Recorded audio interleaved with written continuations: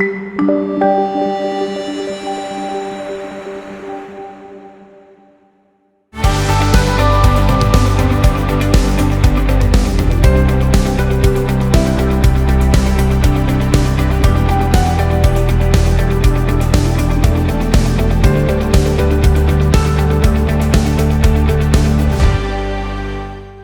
everybody, my name is Payton Wallace, and today we're going to be reading Exodus 22 to 25. Let's get started. Exodus 22. Whoever steals an ox or a sheep and slaughters it or sells it must pay back 5 head of cattle for the ox and 4 sheep for the sheep. If a thief is caught breaking in at night and is struck a fatal blow, the defender is not guilty of bloodshed, but if it happens after sunrise, the defender is guilty of bloodshed. Anyone who steals must certainly make restitution, but if they have nothing, they must be sold to pay for their theft. If the stolen animal is found alive in their possession, whether ox or donkey or sheep, they must pay back double. If anyone grazes their livestock in a field or vineyard and lets them stray, and they graze in someone else's field, the offender must make restitution from the best of their own field or vineyard. If a fire breaks out and spreads into thorn bushes, so that it burns shocks of grain or standing grain or the whole field, the one who started the fire must make restitution. If anyone gives a neighbor silver or goods for safekeeping, and they are stolen from the neighbor's house, the thief, if caught, must pay back double. But if the thief is not found, the owner of the house must appear before the judges, and they must determine whether the owner of the house has laid hands on the other person's property. In all cases of illegal possession of an ox, a donkey, a sheep, a garment, or any other lost property about which somebody says, "This is mine," both parties are to bring their cases before the judges. The one whom the judge declares guilty must pay back double to the other. If anyone gives a donkey, an ox, a sheep, or any other animal to their neighbor for safekeeping, and it dies or is injured or is taken away while no one is looking, the issue between them will be settled by the taking of an oath before the Lord that the neighbor did not lay hands on the other person's property. The owner is to accept this, and no restitution is required. But if the animal was stolen from the neighbor, restitution must be made to the owner. If it was torn to pieces by a wild animal, the neighbor shall bring in the remains as evidence and shall not be required to pay for the torn animal. If anyone borrows an animal from their neighbor, and it is injured or dies while the owner is not present, they must make restitution. But if the owner is with the animal, the borrower will not have to pay. If the animal was hired, the money paid for the hire covers the loss. If a man seduces a virgin who is not pledged to be married and sleeps with her, he must pay the bride price, and she shall be his wife. If her father absolutely refuses to give her to him, he must still pay the bride price for virgins. Do not allow a sorceress to live. Anyone who has sexual relations with an animal is to be put to death. Whoever sacrifices to any god other than the Lord must be destroyed. Do not mistreat or oppress a foreigner, for you were foreigners in Egypt. Do not take advantage of the widow or the fatherless. If you do, and they cry out to me, I will certainly hear their cry. My anger will be aroused, and I will kill you with the sword, and your wives will become widows, and your children fatherless. If you lend money to one of my people among you who is needy, do not treat it like a business deal. Charge no interest. If you take your neighbor's cloak as a pledge, return it by sunset, because that cloak is the only covering your neighbor has. What else can they sleep in? When they cry out to me, I will hear, for I am compassionate. Do not blaspheme God or curse the ruler of your people. Do not hold back offerings from your granaries or your vats. You must give me the firstborn of your sons. Do the same with your cattle and your sheep. Let them stay with their mothers for 7 days, but give them to me on the 8th day. You are to be my holy people. So do not eat the meat of an animal torn by wild beasts. Throw it to the dogs. 23. Do not spread false reports. Do not help a guilty person by being a malicious witness. Do not follow the crowd in doing wrong. When you give testimony in a lawsuit, do not pervert justice by just siding with the crowd. And do not show favoritism to a poor person in a lawsuit. If you come across your enemy's ox or donkey wandering off, be sure to return it. If you see the donkey of someone who hates you fallen down under its load, do not leave it there. Be sure you help them with it. Do not deny justice to your poor people in their lawsuits.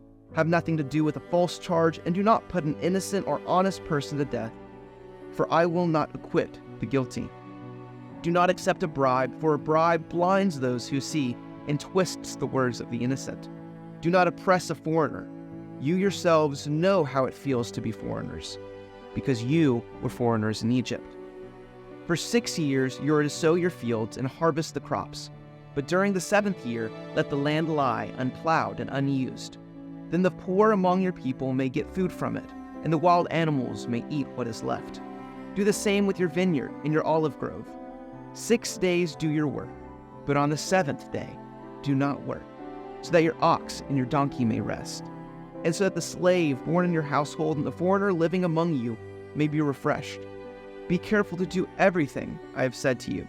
Do not invoke the names of other gods. Do not let them be heard on your lips. 3 times a year you are to celebrate a festival to me. Celebrate the festival of unleavened bread. For 7 days eat bread made without yeast, as I commanded you. Do this at the appointed time in the month of Aviv, for in that month you came out of Egypt. No one is to appear before me empty-handed. Celebrate the festival of harvest with the first fruits of the crops you sow in your field. Celebrate the festival of ingathering at the end of the year, when you gather in your crops from the field. 3 times a year, all men are to appear before the sovereign Lord. Do not offer the blood of a sacrifice to me, along with anything containing yeast. The fat of my festival offerings must not be kept until morning. Bring the best of the first fruits of your soil to the house of the Lord your God.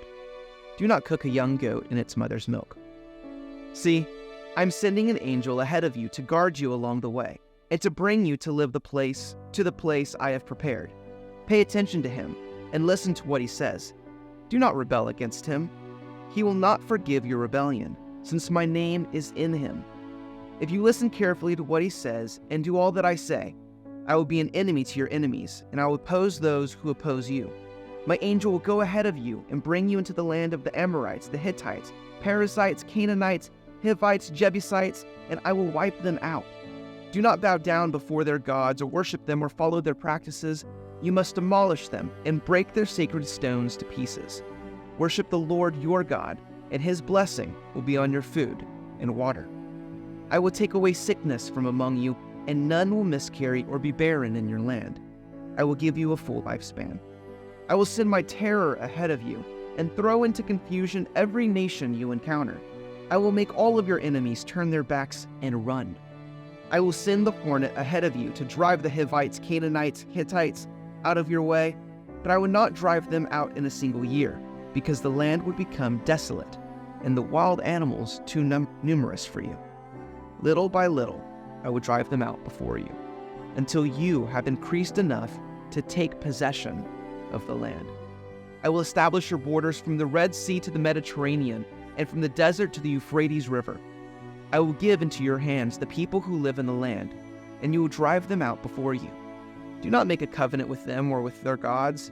Do not let them live in your land, where they will cause you to sin against me, because the worship of their gods will certainly be a snare to you. Chapter 24. Then the Lord said to Moses, Come up to the Lord, you and Aaron, Nadab and Abihu, and 70 of the elders of Israel. You are to worship at a distance, but Moses alone is to approach the Lord. The others must not come near, and the people may not come up with him. When Moses went and told the people all the Lord's words and laws, they responded with one voice, Everything the Lord has said, we will do. Moses then wrote down everything the Lord had said. He got up early the next morning and built an altar at the foot of the mountain and set up 12 stone pillars representing the 12 tribes of Israel. Then he sent young Israelite men, and they offered burnt offerings and sacrificed young bulls as fellowship offerings to the Lord. Moses took half of the blood and put it in bowls, and the other half he splashed against the altar. Then he took the book of the covenant and read it to the people. They responded, We will do everything the Lord has said. We will obey. Moses then took the blood, sprinkled it on the people, and said, This is the blood of the covenant that the Lord has made with you in accordance with all these words. Moses and Aaron, Nadab and Abihu, and the 70 elders of Israel went up and saw the God of Israel. Under his feet was something like a pavement made of lapis lazuli, as bright blue as the sky. But God did not raise his hand against these leaders of the Israelites. They saw God, and they ate and drank. The Lord said to Moses, "Come up to me on the mountain and stay here, and I'll give you the tablets of stone with the law and commandments I have written for their instruction." Then Moses set out with Joshua his aide, and Moses went up on the mountain of God. He said to the elders, "Wait here for us until we come back to you. Aaron and Hur are with you, and anyone involved in a dispute can go to them." When Moses went up on the mountain, the cloud covered it, and the glory of the Lord settled on Mount Sinai. For 6 days the cloud covered the mountain, and on the 7th day the Lord called to Moses from within the cloud. To the Israelites, the glory of the Lord looked like a consuming fire on top of the mountain. Then Moses entered the cloud as he went up on the mountain, and he stayed on the mountain 40 days and 40 nights. Chapter 25. The Lord said to Moses, "Tell the Israelites to bring me an offering. You are to receive the offering for me from everyone whose heart prompts them to give. These are the offerings you are to receive from them: gold, silver, and bronze, blue, purple, and scarlet yarn, and fine linen, goat hair, ram skins dyed red, and another type of durable leather, acacia wood, olive oil for the light, spices for the anointing oil, and for the fragrant incense, and onyx stones and other gems to be mounted on the ephod and breastpiece. Then have them make a sanctuary for me, and I will dwell among them.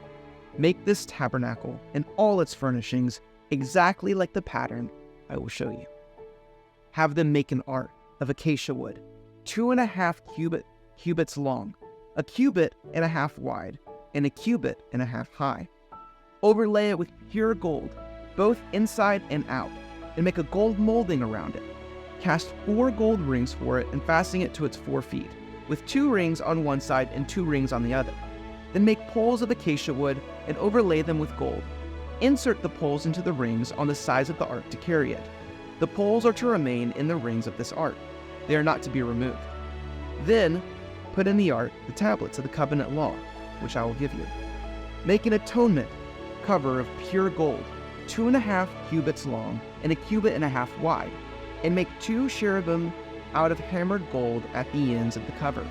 Make 1 cherub on one end and the second cherub on the other. Make the cherubim on one piece, with the cover at the 2 ends. The cherubim are to have their wings spread upward, overshadowing the cover with them.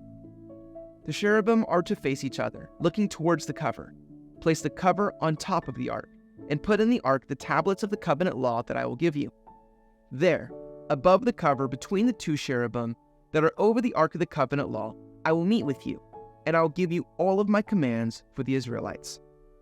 Make a table of acacia wood, 2 cubits long and 1 cubit wide and 1.5 cubits high. Overlay it with pure gold, and make a gold molding around it. Also make around it a rim, a handbreadth wide, and a gold molding on the rim. Make 4 gold rings for the table, and fasten them to the 4 corners where the 4 legs are. The rings are to be close to the rim, to hold the poles used in carrying the table. Make the poles of acacia wood. Overlay them with gold, and carry the table with them, and make its plates and dishes of pure gold, as well as its pitchers and bowls for the pouring out of offerings. Put the bread of the presence on this table, to before me at all times. Make a lampstand of pure gold. Hammer out its base and shaft, and make its flower-like cups bud and blossoms of one piece with them. 6 branches are to extend from the side of the lampstand, 3 on one side and 3 on the other. 3 cups shaped like almond flowers with buds and blossoms are to be on one branch, 3 on the next branch, and the same for all 6 branches extended from the lampstand.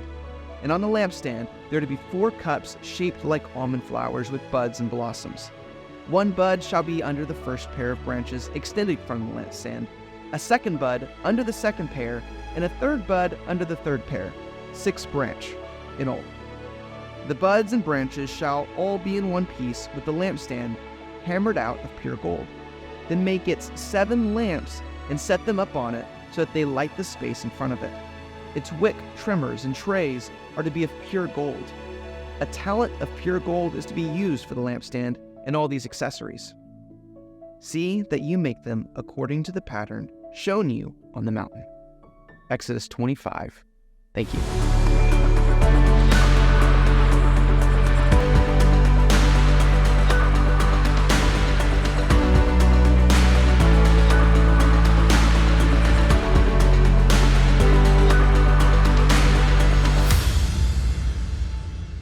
Hello, my friend, and welcome to Fear into Faith Global Bible Revival, where we are passionate for people to read the Word of God themselves. I am Summer Day, and I'm in the studio with Payton Wallace. Payton Wallace, dressed to the nines, looking so good today. Thank you. Happy to be here. Will you tell everybody just, a little bit about you and where you're from, what you do? Sure. My name is Payton Wallace, and I am 23 years old. I am from Dallas, Texas. I've moved 23 times, so I've lived in Texas, Oklahoma, Arkansas, North Carolina, Washington, and now back to Texas. And you've been to all 50 states too, right? I have been to all 50 states. So I have amazing. Tons of stories and recommendations of a lot of good places to eat. I love food. I am owner of a digital marketing agency called C45. Nice. And I love God, love Jesus, love my family and my friends. And that's all you need to know about me. And drop mic. And done. That's great. You are such a fabulous young man. I know I've gotten to talk to you a little bit lately, but you're inspiring on so many levels. So I'm excited to see what we're going to unpack right here, because I know you've got lots of stories. You're starting being an entrepreneur when you're 5. You've been to 50 states. I know you've overcome adversity. So I know we're going to get to a lot of that stuff. I do have to say, okay, just on a little bit of a silly note here. How often do you get asked if you're related to Ron Howard? Because that's the first thing we said when we got you in studio. We're like, look, it's young Ron Howard. To be completely honest with you, I haven't heard it until in the studio today, and then I haven't stopped hearing it since being in the studio today. But not often. He's a smart guy. He had a career. Maybe you've got more of a career in film and TV than you know so far. I will take it as a compliment. I love it. Last week in the studio, we had your mom and your dad. Absolutely incredible human beings. I love that they were like, man, you got to get our son in here. And here you are 1 week later, happy to have you. Happy to be here. They just sang your praises and just loved being on the show and loved everything that you guys stand for. And so, with everything that they said, it was a no-brainer. Like, I love it. Why wouldn't I want to get, Well, that is my question is, what made you say yes? Why do you think this is an important project? A rule that I follow in my life is that if I hear a whisper, just follow through with it. Do it. And so the moment that my mom was telling me about the Bible reading, for some reason, I remember we were getting sushi right after she had finished the reading and had done the interview and everything, and we got sushi because they don't come in town that often. They've got a ranch out in East Texas, and I just heard a small whisper that was like, Payton, you're probably going to get asked to be on the show, so just do it. So, just following the Lord and following his calling, and especially on the call with you prior to getting to hear a little bit more about the story, about the mission, about the vision, about everything that's you guys are wanting to accomplish. It's just something that I'm also passionate about and happy to get behind.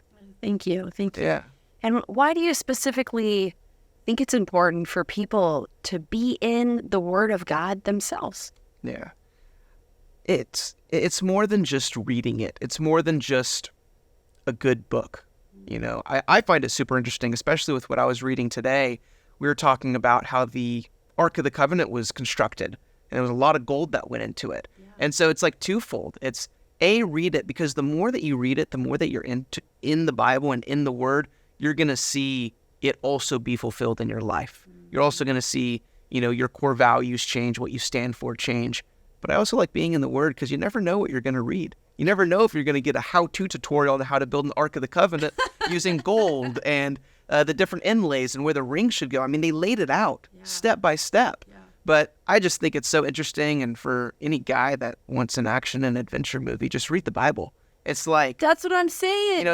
There's love and romance and Proverbs and Psalms and worship and drama. And there's also Gladiator, there's all of it. Killing, there's all the stuff that people look for in movies. You're right. So I think it's the greatest book of all time because you get everything, literally everything. Amen. So a way to live your life and a little bit of drama.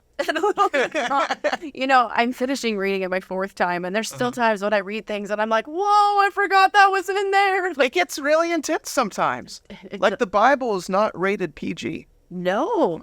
My 10-year-old's been reading it. In fact, I will literally catch my 10-year-old up at midnight with her Bible. Like kids try to hide something. She's like almost under the covers with the flashlight, and it's the Bible. What do you do as a mom? I'm like, you were supposed to be in bed 2 hours ago. Oh, you're reading Revelation. Well, okay, could you go to bed now? Yeah. And sometimes when I'm reading it, I'm like, my 10-year-old's reading this. But why would I stop her? I feel like she has that draw and that desire.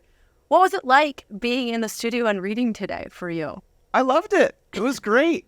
I will have to say, though, that previous to reading, I had to go through all of it. I was like, I can't pronounce half of these kings' names or these lands of, Israel and all of this stuff. Yeah. I was like, I'm just going to say it confidently. Yes, because most people, who can do it? I cannot pronounce all the names. Most people, we can't pronounce the names, right? It's all a translation, right? Yeah. At the end of the day, we all have different ways we say words and speak. So yeah, that's how I say it. And that's what we wanted to accomplish with the show is right. I have people, it's like, you don't have to be perfect. We're not getting a scholar that's been studying the word for 75 years, that has all the degrees. We want just a lot of just regular people in here. I promise you, I haven't been studying it for 75 years. Yes, I've done math, and that is true. Yes. That's true.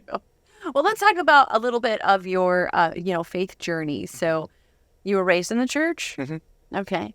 And has it always just been raised in the church, no struggles, no nothing, everything's... Well, you know what they say, the pastor's kid, they always end up just fine. Right? They're always... No, I've learned recently that that's not a thing, apparently. Really? No, I didn't know. Oh, well, yeah, so that wasn't my story. I was basically a pastor's kid, with my parents in full-time ministry. We called it, best way to put it is ministry in the marketplace. Just being in a family that they didn't confine ministry to the 4 walls of a church. Yes. Ever. Good. And so being raised in that with my faith and our religion and what my parents believed in being weaved into everything, I had really great examples. Yeah. But, you can tell a kid, hey, don't touch the hot plate. But what is he going to do? He's going to touch the hot plate. And so I was told, this is the way to live. This is, how the rules that we follow. This is, the relationship that you have to have with God. And I saw my parents have such a relationship with the Lord. But when I was about 16, 17 years old, it got to the point where I was like, well, it's exactly that. It has to be a relationship. Mm-hmm. And the only reason I have a relationship is because my parents have a relationship. And that's not religion. Mm-hmm. I had to have my own relationship. And so part of that was, well, I don't have one right now. Mm-hmm. And so when I was 16, 17 years old, I really had to figure out, okay, who is this God for myself? Yeah. Who is the Lord? What is this book that I'm reading? Do I actually believe in it? Do I actually think that every word that's in this is true? Because that's one of the requirements, is you've got to believe that the Bible is holy. And so I had to take a step back, and I really just researched for myself and was like, do I even believe in this? Wow. There was such a moment of disbelief because I wanted to prove that this is what I believed in. And it's really, really hard to prove faith. Yeah. It's really hard to prove something that you can't see. Mm-hmm. And so as a 16, 17-year-old, everything is changing. Yeah. Everything is different. Yeah. And part of that was a real faith journey for me. And I'm going to pause you there because got to take a break really quick. So we're going to take a break and we will be right back. And we'll pick up where we left off with Payton Wallace. See you soon. Wow, that is... Science fiction fans, how does a teenage boy from Ohio become king of the Milky Way? Find out in the new action-packed sci-fi book and audiobook series, Richard, by author Michael W. Hickman. With famous author DNA in his blood, Hickman weaves engaging and thrilling sci-fi stories in Richard, Distant Sun, Richard, an unlikely love story, and Richard, the Dragon's Curse. Search those book titles now on Audible and Amazon.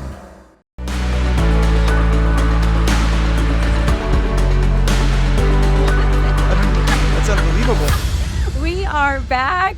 Thank you for being here. And we're going to hear a little bit more about your journey. You said 16, you started really going, you know what? I got to figure out this relationship myself. Yeah. I got to figure out if I do believe that the Bible is true. And that's kind of where we left you off. Yeah, I actually remember the moment that I had decided that that's what I wanted to follow, that God was my God, that, that I Wasn't believed just the God of your parents, but you were like, was no, mine. this is mine. Yeah, Wow. this is my relationship. I used to carry around this backpack. It was like, I was all about Bear Grylls, survival, Survivor Man, like all of that stuff, prepping. I mean, I had this backpack that was filled with anything and everything that you could ever need. Like, I had food, water, knives, rope, cloth, tents, emergency, like the bug out bag, exactly. Okay. And I used to carry it with me like everywhere. And I was going to this, it was kind of like a young adults 3-day event type, not a summer camp, but basically close. And I had this backpack with me because literally I took it everywhere with me. It stayed on my back. It was this really nice Oakley backpack. I loved it. And this youth pastor who I did not know pulls me aside, and I did not have the backpack on me at this time. And he comes over to me and says, do you have a backpack? And I was like, yeah, it's got everything in it. How'd you hear about my backpack? And he said, God has told me that you have a backpack filled with the wrong things. Wow. And in my head, I'm like, well, no, this is actually filled with everything that I need because in the case of a zombie apocalypse or some type of, I was the guy to know because I knew that I could survive. Yeah. I just wanted to be that guy. Okay. And the youth pastor said it's filled with the wrong things. And so I went and grabbed my backpack and I showed him. I was like, no, I clearly got everything right in here. He goes, no, not that backpack. The other one that's on your back, that's holding you down, and the weight. And it was that correlation that made sense to me. Wow. It was, okay, I'm trying to hold way too much. At the time I was running my own business. I was trying to figure out what religion was for myself. That's the pinnacle time of puberty. So my face was breaking out. I was insecure. All of these different emotions and things that a teenager going to his early adulthood is trying to figure out, I was carrying in my own backpack. And it was when he told me, you have too much in your backpack and you need to learn to give that up. It's taken me 5 years to figure out how to give that up, how to truly take off the straps and say, okay, God, these worries, these troubles, these insecurities, they're yours, truly yours. Yeah. And that was the relationship that I needed to have with Christ more than it's just a good book. I go to church to worship and I live a good life. Yeah. It truly was, when I have anxiety, when I have fear, when I have these troubles, I'm going to take off my backpack and give it to you. Wow. Even though I think those things are mine because I can deal with them. I'm strong enough. I'm smart enough. I'm enough to handle my own problems, my own troubles, but you never will be. Wow. Like you never will be strong enough to hold all of that because it's too much. Yeah. And that's why God has said, cast your cares upon me. Cast your cares, cast your worries, your anxiety. Amen. And that was the relationship between that and just seeing my parents have an unreal amount of faith and developing that faith journey myself. Those two things is what led me back to what I believe in. You know what? One of the reasons I love this story right now is because, we try. You can check out the rest of this interview right here or by going to BibleRevival.tv. And if this show has blessed you, you can help us bless others by partnering with us for as little as $20 a month and help us to expand the reach of this show. We'd also like to invite you to join our Kingdom Discipleship Program, where you have an opportunity to get on weekly Bible Zoom calls with us and people around the world to deep dive into His Word. And you can check all that out at BibleRevival.tv. I'll see you next time, my friend.